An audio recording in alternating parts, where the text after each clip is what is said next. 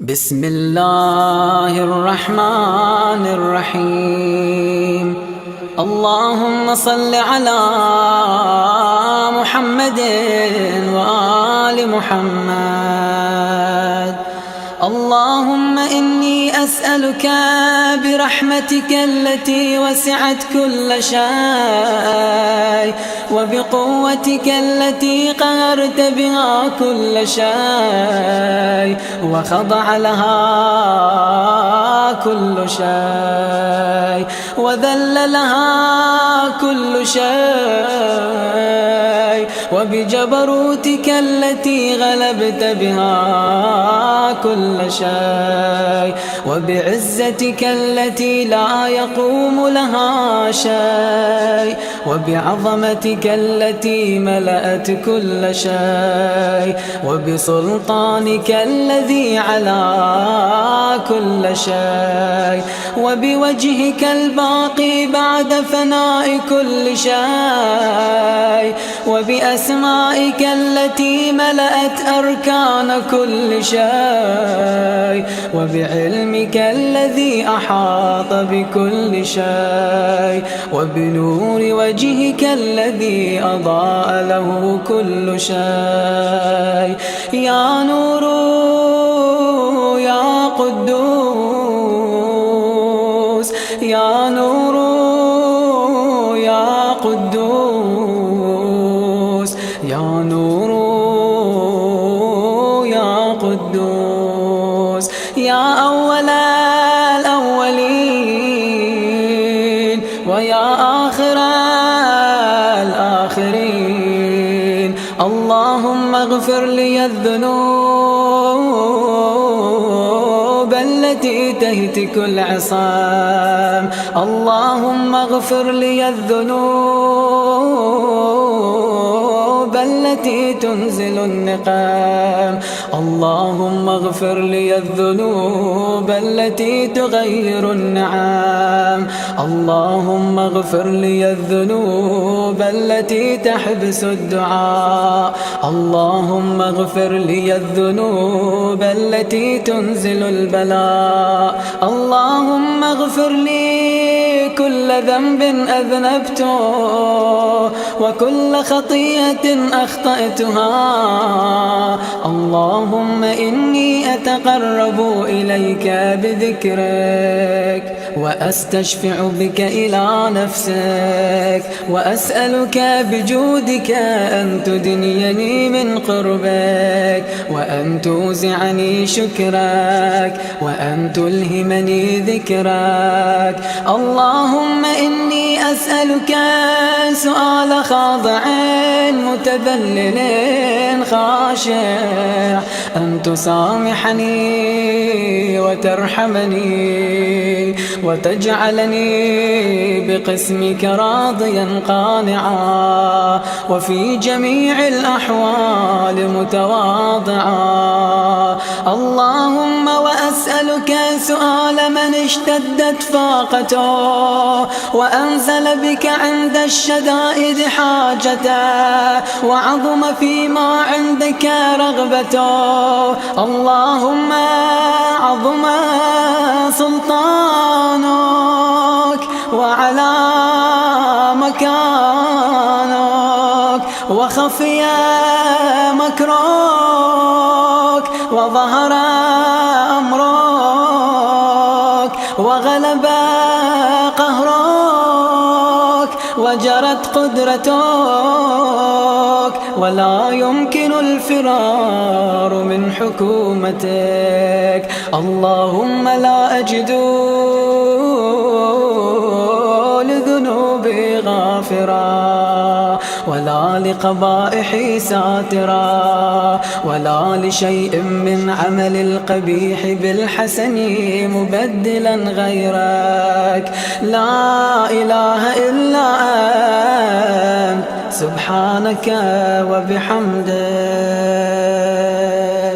ظلمت نفسي ظلمت نفسي ظلمت نفسي وتجرأت بجهلي وسكنت إلى قديم ذكرك لي ومنك علي. اللهم مولاي كم من قبيح سترته، وكم من فادح من البلاء أقلته، وكم من عثار وقيته، وكم من مكروه دفعته، وكم من ثناء جميل لست أهلا له نشرته. اللهم عظم بلائي وأفرط بي سوء حالي، وقصرت بي أعمالي، وقعدت بي أغلالي، وحبسني عن نفعي بعد آمالي، وخدعتني الدنيا بغرورها، ونفسي بجنايتها، ومطالي يا سيدي، فأسألك بعزتك ألا يحجب عنك دعائي سوء عملي وفعالي، ولا تفضحني بخفي ما اطلعت عليه من سري، ولا تعاجلني بالعقوبة على ما عملته في خلواتي من سوء فعلي وإساءتي ودوام تفريطي وجهالتي وكثرة شهواتي وغفلتي. وكن اللهم بعزتك لي في كل الأحوال رؤوفا، وعلي في جميع الأمور عطوفا. إلهي وربي من لي غيرك أسأله كشف ضري والنظر في أمري. إلهي ومولاي أجريت علي حكما اتبعت فيه هوى نفسي، ولم أحترس فيه من تزيين عدوي، فغرني بما أهوى وأسعده على ذلك القضاء، فتجاوزت بما جرى علي من ذلك بعض حدودك، وخالفت بعض أوامرك، فلك الحجة علي في جميع ذلك، ولا حجة لي فيما جرى علي فيه قضاءك، وألزمني حكمك وبلاءك. وقد أتيتك يا إلهي بعد تقصيري وإسرافي على نفسي، معتذرا نادما منكسرا مستقيلا، مستغفرا منيبا، مقرا مذعنا معترفا، لا أجد مفرا مما كان مني، ولا مفزعا أتوجه إليه في أمري غير قبولك عذري، وإدخالك إياي في سعة من رحمتك. اللهم فاقبل عذري وارحم شدة ضري، وفكني من شد وثاقي. يا رب ارحم ضعف بدني، يا رب ارحم ضعف بدني، يا رب ارحم ضعف بدني، ورقة جلدي ودقة عظمي. يا من بدأ خلقي وذكري وتربيتي وبري وتغذيتي، هبني لابتداء كرمك وسالف برك بي يا إلهي وسيدي وربي. أتراك معذبي بنارك بعد توحيدك، وبعدما انطوى عليه قلبي من معرفتك، ولهج به لساني من ذكرك، واعتقده ضميري من حبك، وبعد صدق اعترافي ودعائي خاضعا لربوبيتك. هيهات أنت أكرم من أن تضيع من ربيت، أو تبعد من أدنيت، أو تشرد من آويت، أو تسلم إلى البلاء من كفيته ورحمت. وليت شعري يا سيدي وإلهي ومولاي أتسلط النار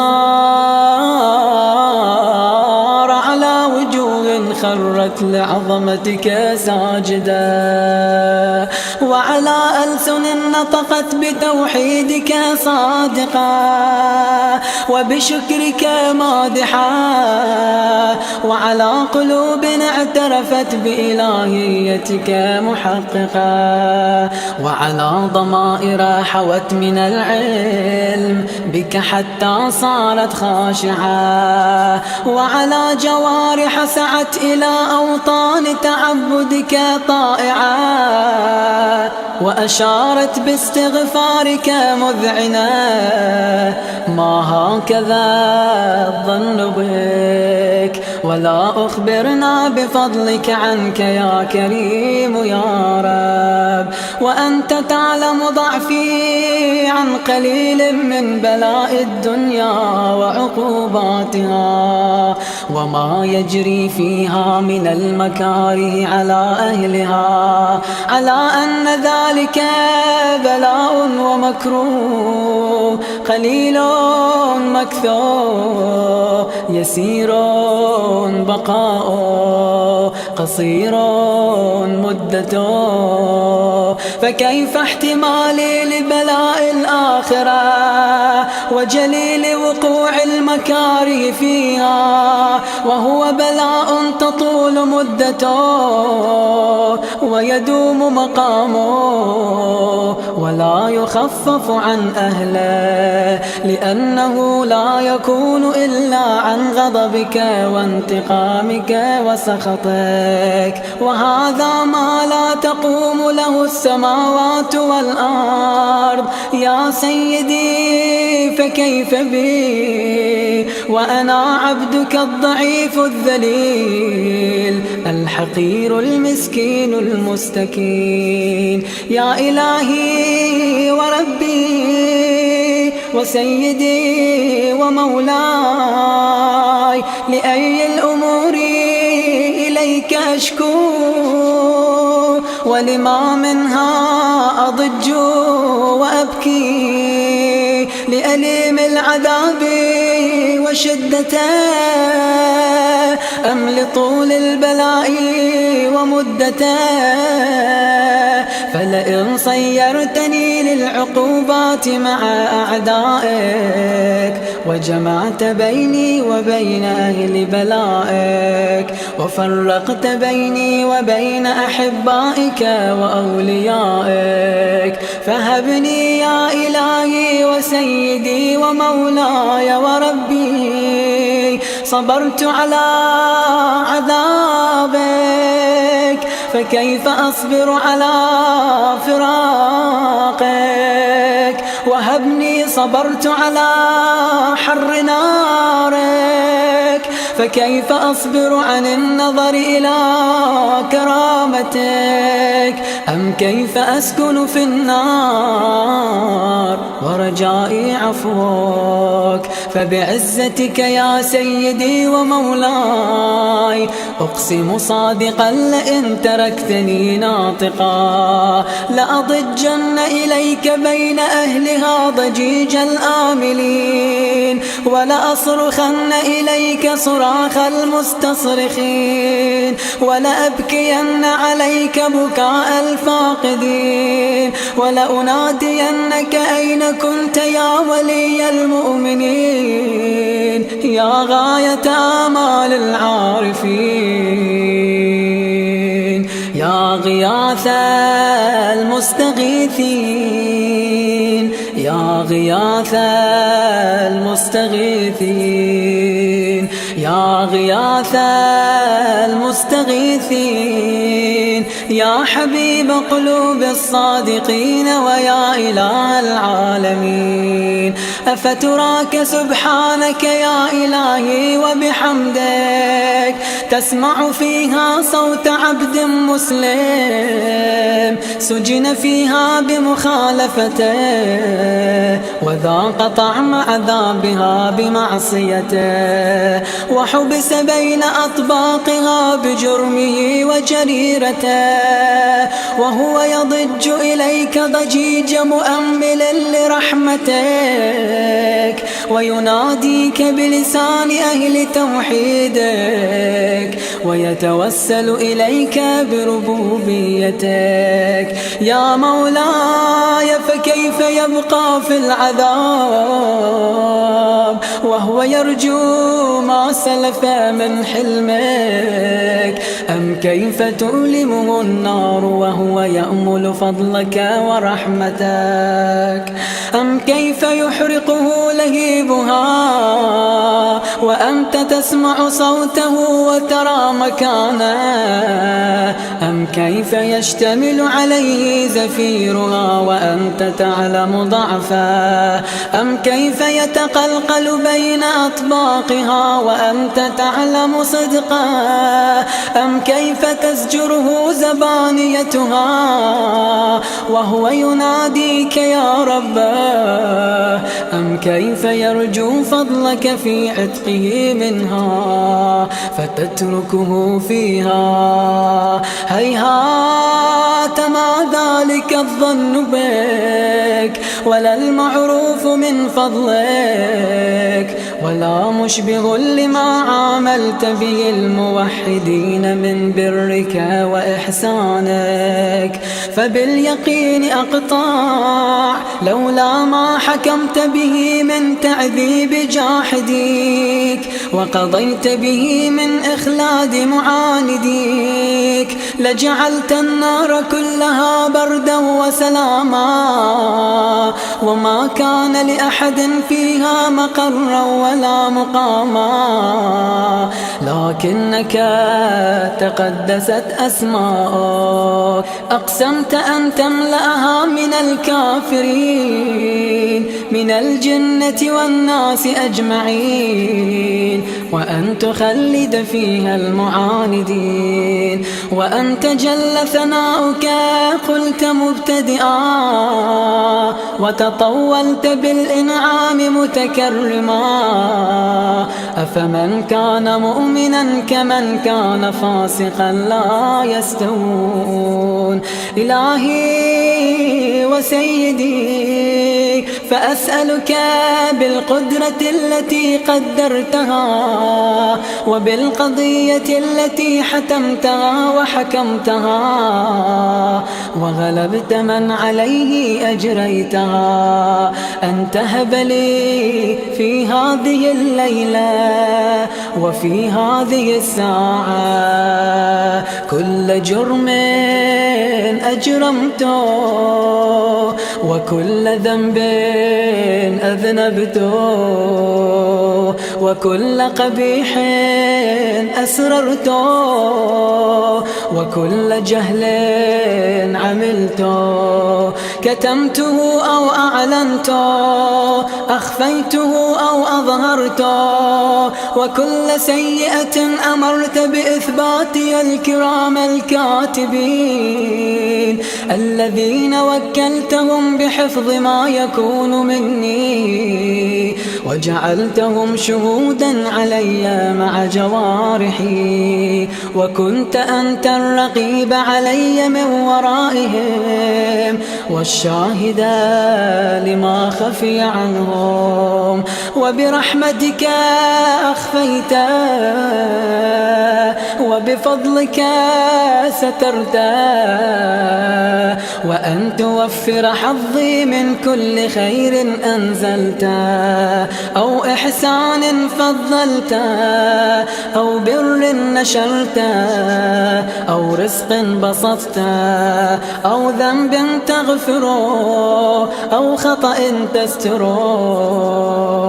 يا ربي يا ربي يا رب، يا ربي يا ربي يا رب،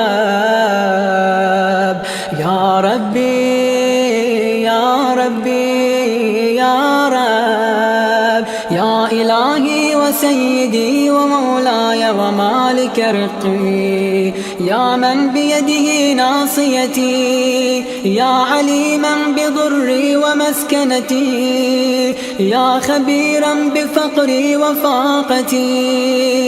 يا ربي يا ربي يا رب، يا ربي يا ربي يا رب، يا ربي يا ربي يا رب. أسألك بحقك وقدسك وأعظم صفاتك وأسمائك أن تجعل أوقاتي من الليل والنهار بذكرك معمورا وبخدمتك موصولا، وأعمالي عندك مقبولا، حتى تكون أعمالي وأورادي كلها وردا واحدا، وحالي في خدمتك سرمدا. يا سيدي يا من عليه معولي، يا من إليه شكوت أحوالي.